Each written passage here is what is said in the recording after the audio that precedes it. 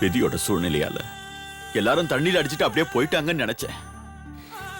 இல்ல, கடவுள் எங்க மேல கருணை வச்சிருக்காரு. எல்லாரையும் திரும்ப இங்க வரவழைச்சிருக்காரு.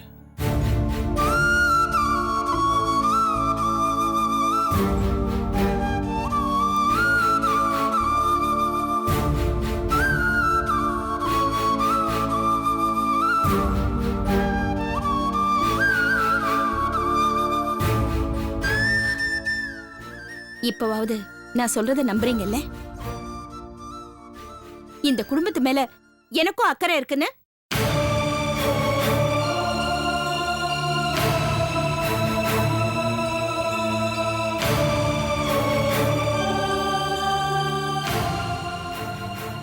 சீதா,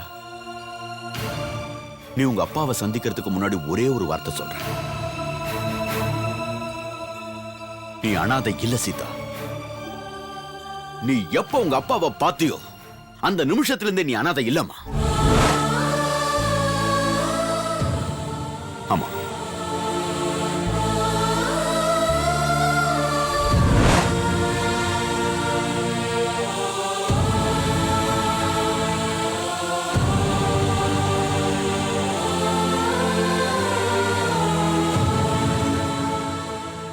உங்க எல்லாருக்கும் நான் சொன்ன வார்த்தையில நம்பிக்கை இருந்ததுன்னா நான் போய் சீதாவோட அப்பாவை கூட்டிட்டு வரேன்.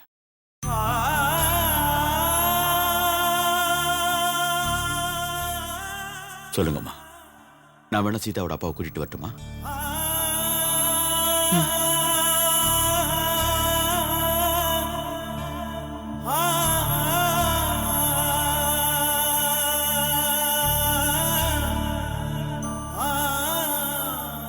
வாங்க.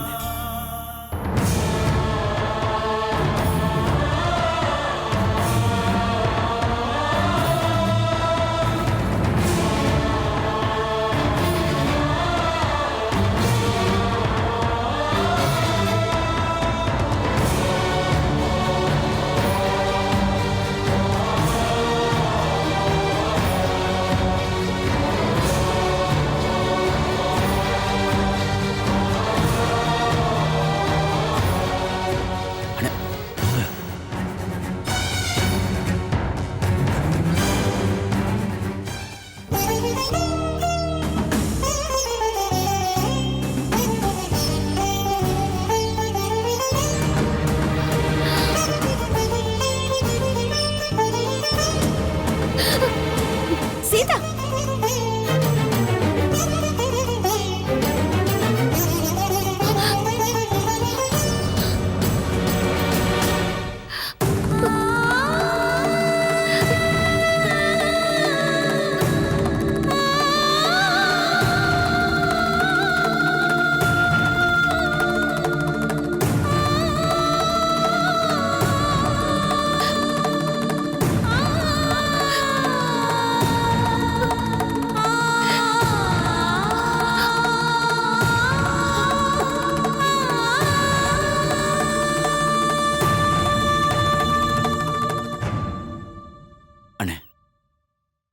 போய் சீதா கிட்ட பேசுங்கண்ணே. அண்ணே, 20 வருஷமா காலம் உங்களையும் உங்க பொண்ணையும் பிரிச்சு வச்சிருந்தது. இனிமே வெயிட் பண்ணக்கூடாது. போங்கண்ணே, போய் பேசுங்க.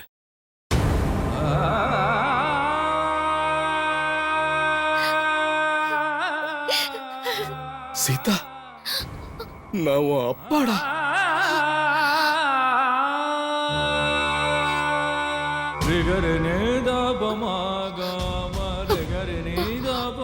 சின்ன வயசுல நான் ஆபீஸ் கிளம்பும் போது என்ன போக விடாம என்னையே புடிச்சு அழுவேன்.